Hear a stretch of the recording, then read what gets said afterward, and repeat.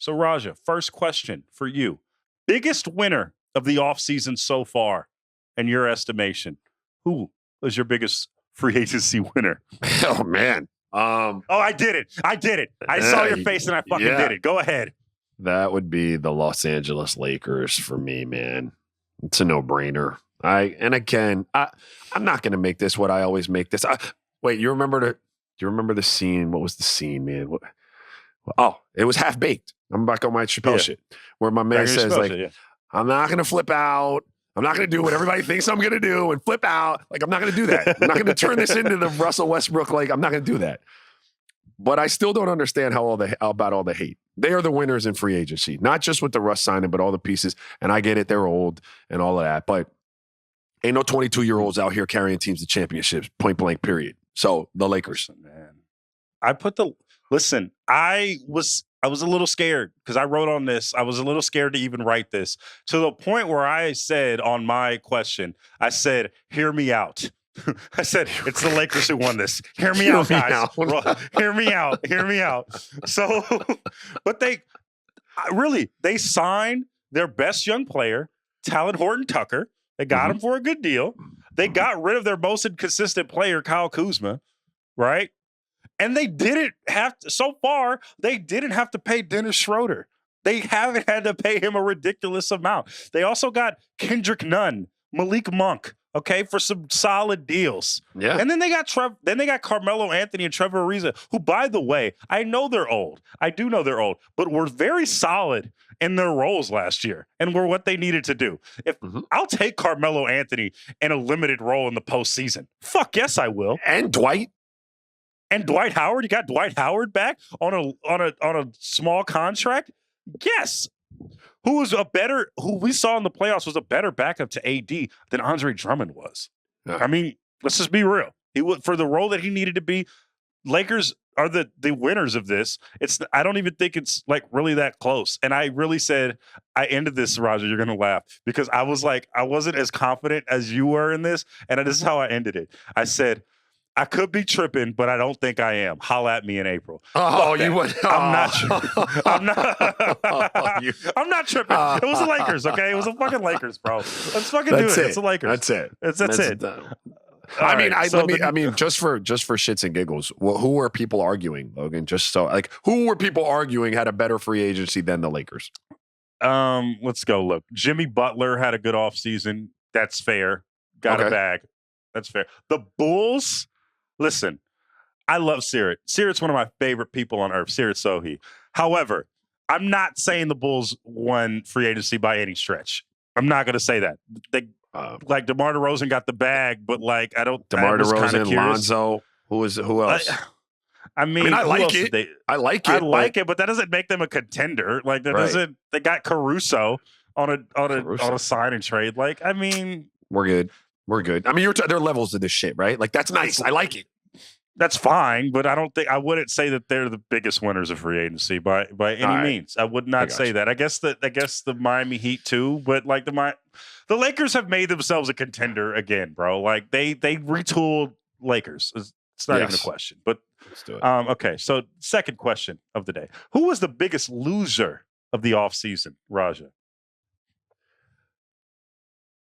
The biggest loser of the offseason. See, that's I typically just think team, but when you said it, I guess it could be a player as well, right? This is a tough one for me, man. The Celtics. The Celtics are good. I mean, the Sixers. I don't know, and I'm just talking about teams that needed to make a play for something. I know there's one, and I didn't put this one, and you're scared to say it. Pelicans, man. The Pels. I don't know, man. These are deeper questions. I need a little bit more time with these questions, man. But like, give me your case. I'll say for the who Pels. I did. The case for the Pelicans is you need to just make moves because of Zion's talent and his. You need to make moves that are going to put him in the best position to, one, develop, and to two, develop into a championship roster around him because he has that level of potential.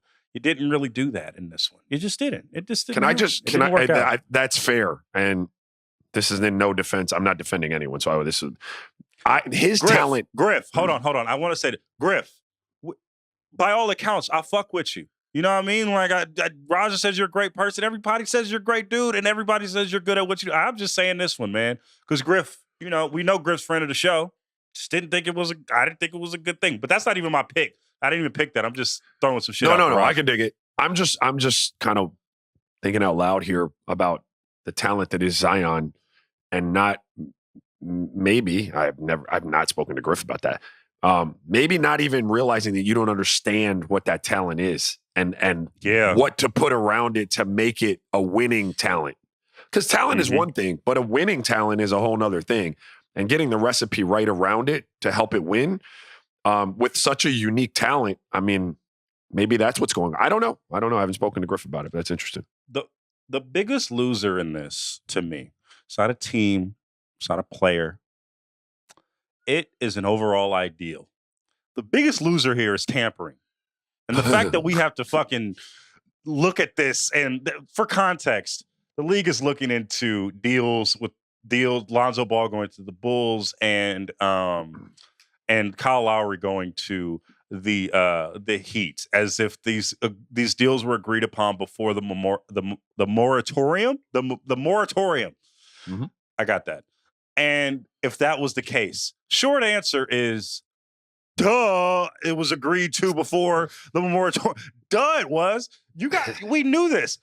The morning of the moratorium, before it was even going to happen, we got a Woj tweet saying, hey, man, Kyle Lowry, the front runners to get Kyle Lowry is probably the Miami Heat. Wink, wink. Same with Lonzo. Chicago has interest in Lonzo Ball. Wink, wink. Bro, there's tampering that happens all the time in the NBA. And without it, tampering, you can make a great argument, has been great for the league. If the tampering didn't happen, we wouldn't get the big three Miami Heat. Tampering didn't happen, we wouldn't get Kevin Durant on the Warriors, okay? If tampering didn't happen, we wouldn't have gotten LeBron's second go-around in Cleveland. Let's just be real, all right? If tampering didn't happen, you wouldn't have gotten me to the Suns. I mean, if you want to explain yourself. No, I'm not. It's funny. I just threw myself in there with legendary players that you just. Yeah. The fuck. Anyway, this shit happens, Raja, plenty of times beforehand, and so it's a good thing for the league, bro. No. Let's stop acting like this shit doesn't work, and I feel like the league picks and chooses when it wants to investigate this shit and when it wants to just give a slap on the wrist, because that's essentially all it is. Why are we kidding ourselves? This happens all the time. It's going to continue to happen because everybody has cell phones and everybody has people that want to get put on a backdoor deal, or anybody that this just inherently, this is a dirty game. So it is what it is. Free market, man. Tampering. I like that. And yes, tampering isn't going anywhere. You know what? It's how ingrained is tampering in the league? I mean, it's part of the fabric of the league. Like, it's woven into it. It's there. It's not going anywhere. There wouldn't be a league without tampering. There wouldn't be. Well, there would be, but you would have to stop players from communicating to not ever have tampering, right? Like, which is impossible. Which is, come on, man. What are we talking about? Their league will not be able to do anything about Lonzo Ball and Kyle Lowry. I mean, if they do, it's a really slippery slope that you're starting to try to walk on. I've told you this story. I knew I wanted to go to Phoenix. I forget what year it was, like 05, 06. They were having a great season, Joe Johnson and all of those dudes. And I knew from conversations I had with friends on that team that they were interested in me coming there, and they were gauging my interest in coming there, and then letting me know that there was interest from their side for me to come there. And we just had to ride that season out my last year in Utah. So that happens all the time, man. And I told the story before about when I was in Golden State, like rehabbing my wrist injury and not playing because the Warriors were really bad and there wasn't much season left. Warriors were bad at a point in time? That's strange. But no, I was also not healthy, and I didn't want to, whatever little stock I had, I didn't want to go out there and look bad on a bad team. That didn't make any sense for me. But my agent already knew what teams were going to be interested in me. And I told you, I've used all those warm-up sessions. Here's another thing, though. This is why tampering, like, just on a basic level, and you're going to understand this, Roger. the reason why tampering is never going to go away. Say, Raja, you got an agent, right? Your agent also represents players on other teams and is in regular communications with other teams for other players. You mean to tell me on a phone call, if they're talking to who else did your agent represent at the time? Manu Ginobili, Luol Deng. Yeah. All right. So they said they wanted to get you to the Spurs, something, right? Like, say they just was like, you were like, I want to go to the Spurs. Bro, you mean to tell me on a conversation when your agent is having with R.C. Buford or anybody about Manu, there's not going to slip in, hey, so Raja is, interested. Bro, like, what are we doing? Like, what are we talking about? Okay, this just happens, dude. You know what you guys could do? Like, if you were GMs or agents or whatever, and you don't want to be in this situation over and over again, stop giving Woj the fucking bombs. I have no beef with Woj. Yeah. Just shut up. How about that? People can't shut up in the NBA. Shut up. They can't shut. It's not even possible, bro. I'm not even putting the F on it. I'm not putting the F on it because that's how much I want to emphasize it, right? Because I feel like if I put the F, that's just me being who I am. Shut up. Yes. I'm just like, yo, bro, Raja, you walk into an arena, people are begging to give you information.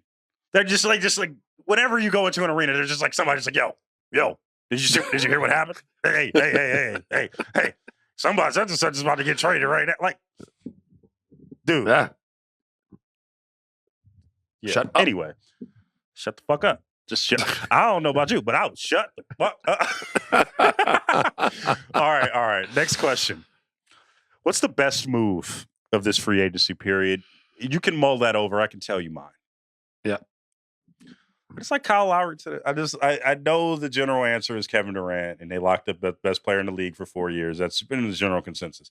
I just like Lowry on the Miami Heat. I just gonna love watching the Miami Heat go to the second round of the playoffs and just lose in 7 games. I'm just gonna love this. I love watching the Miami Heat play. I love watching them play, and I'm gonna be curious to see Kyle Lowry go on the Miami Heat.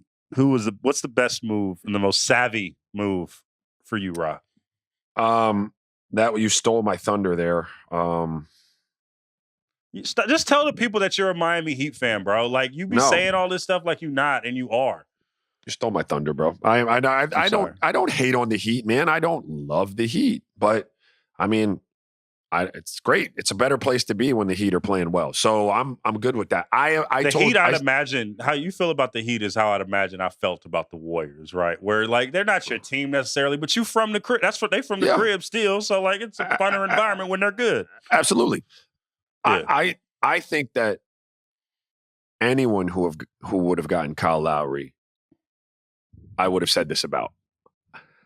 If you were missing that lead starting PG, like the Suns wouldn't fit into that category because Chris Paul firmly holds that down. Like John Morant's team. Do you understand what I'm saying? Like teams that have that would not be in the mix for that nod if they had gotten Kyle Lowry. But anyone, and so it happens to be the Heat. I just believe in Kyle Lowry as a player like that, as a person like that, and as a cultural kind of leader like that, And for an organization that prides itself on the Heat way and the culture that they establish, bringing in a leader and a piece that just ties it all together, that echoes kind of those same things that Jimmy Butler talks about and Pat Riley and Bam Adebayo. I just think it's a win-win-win. And I think he's going to be really big for the Heat. But I think he would have been big for wherever he went.